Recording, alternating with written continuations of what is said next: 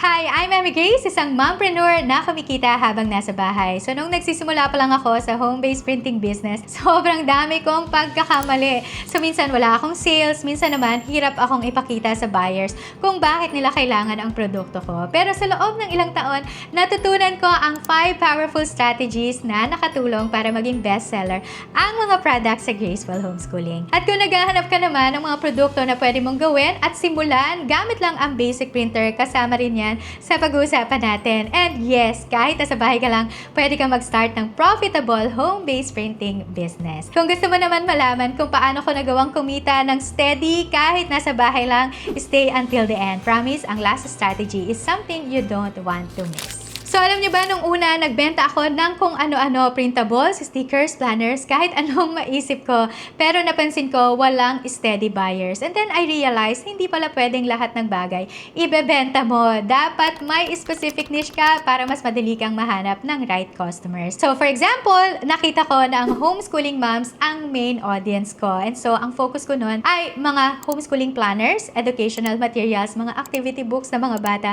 at mompreneur tools. Alam niyo, naging result, mas dumami ang loyal customers ko, mas madali akong naging top choice sa market ko kasi alam nila kung ano ang specialty ko. So, nung una, nag-try ako magbenta ng mga generic na printable worksheets. Well, ito yung parang mga libreng materials lang na makikita lang sa Google.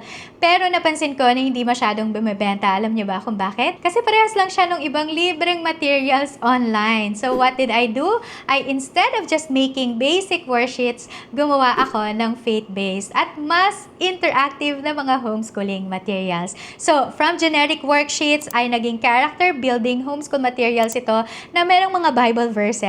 And from simple flashcards ay naging interactive itong mga learning cards na meron sa Graceful Homeschooling. Alam niyo ba ang result? Biglang dumami ang orders ko from homeschooling moms at mas naging loyal ang customers kasi may value sila na hindi lang nakukuha sa ibang shops or sa ibang websites. Ang key lesson natin dito, huwag kang gumawa ng produkto. Gawin mong mas valuable ito para sa market mo. So, nung nagsisimula pa lang ako sa pagbebenta, akala ko kailangan kong sabay-sabay gamitin ang lahat ng mga selling platforms. Facebook, Shopee, TikTok, Lazada. Pero alam mo ang nangyari, na-overwhelm lang ako. Pero lesson number 1, huwag sabay-sabay. Start small, then grow. So, how I started selling online, first platform ko ang Facebook. So, gumawa ako ng page para sa Graceful Homeschooling. Tapos, dito ako nagpo-post ng mga products para sa mga mommy at sa mga homeschooling groups. Pero, mahirap i-track ang order. So, kailangan mo namang manual chat at mag-follow up sa mga nag-order sa'yo. Kaya gumawa ako ng second platform, which is ito yung Shopee. So, mas madali ang transactions, automated payments, at shipping options. Mas nagtiwala din yung mga customers kasi may ratings at review system sila. And then, mas consistent ang orders kasi may built-in traffic na ang Shopee. And when my sales became steady, I expanded to TikTok Shop naman para sa mga trending at viral products. And then, Lazada for customers na mas prefer nila yung bulk order.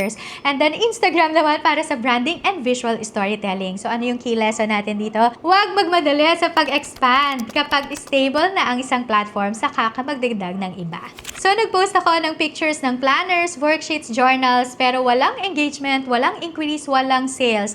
Then, I changed my approach. So, gumawa ako ng educational at inspiring na content na related din sa products ko. At nag-share ako ng mga tips, hacks, at mga personal stories. And then, sinagot ko din yung mga common challenges ng audience ko. So, example nito ay selling ng mga homeschool planner. So, gumawa ako ng content about how to plan your homeschool week effectively. And then, meron din akong ginawa na pillow talk. Ito naman ay intimacy journal for married couple. Nag-post naman ako dito ng how to keep the spark alive in your marriage. At the end ng post, ay inintroduce ko yung product na ito. Alam niyo yung naging resulta nito?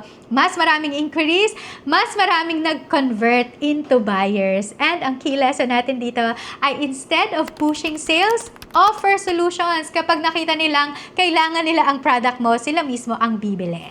So, nung una, ang product photos ko ay madilim, nakalatag lang sa table, pero alam nyo, walang bumibili. Then, I improved my photos. So, gumamit ako ng natural light, gumamit ako ng clean na background, and then, pinakita ko kung paano ginagamit ang product. Alam nyo yung naging resulta?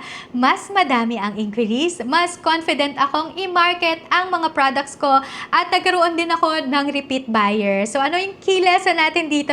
ang first impression sa online selling ay nasa product photo. So kapag malinaw, professional looking, at high quality ang picture mo, mas malaki ang chance na bumili ang customer.